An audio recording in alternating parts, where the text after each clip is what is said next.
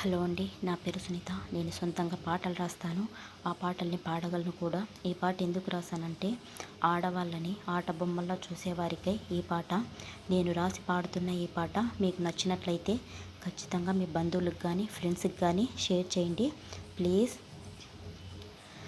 ఆడదంటే ఆట బొమ్మని ఆడుకోకు ఓ మగజాతి, ఆడదంటే నేను కన్నా దైవ స్వరూపం నమ్మరీతి.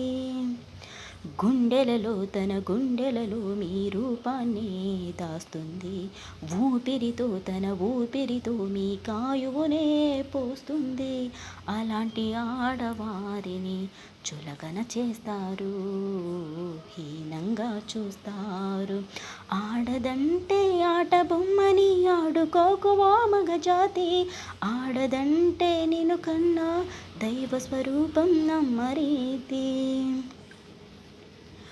ఒంటరిగా ఆడది వెళితే క్షణం ఆగక మృగండ్ల మారి బలవంతంగా ఈడ్చుకెళ్ళి పాడు చేసేస్తారు.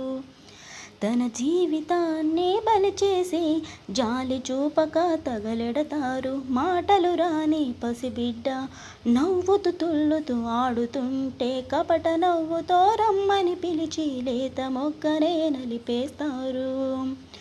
ఊపిరి తీసి విసిరేస్తారు. ఇదేం న్యాయమంటే మే మగాళ్ళమంటూ చెబుతారు.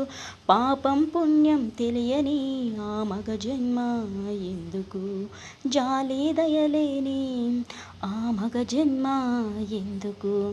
ఆడదంటే ఆట బొమ్మని ఆడుకోకు ఓ మగజాతి, ఆడదంటే నేను కన్నా దైవ స్వరూపం నమ్మరీతి.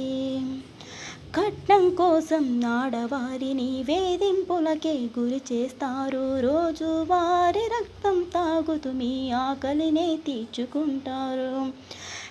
క్షణం నరకం చూపుతూ వేధిస్తుంటారు. మీ రక్తాన్నే పంచుకుని పుట్టిన బిడ్డను పురుగుల చూసి కళ్ళతో శాసిస్తూ మాటలతో వేధిస్తూ గుండెల గుణపాన్ని దించి మందురాయక వదిలేస్తారు. ఇదేం న్యాయమంటే మే మగాళ్ళమంటూ చెప్పుకొస్తారు. కట్నంకై ఆలిని వేధించి ఆ మగ జన్మ ఎందుకు, రక్తబంధాన్ని హీనంగా చూసే ఆ మగ జన్మ ఎందుకు. ఆడదంటే ఆట బొమ్మని ఆడుకోకు ఓ మగజాతి, ఆడదంటే నేను కన్నా దైవ స్వరూపం నమ్మరీతి.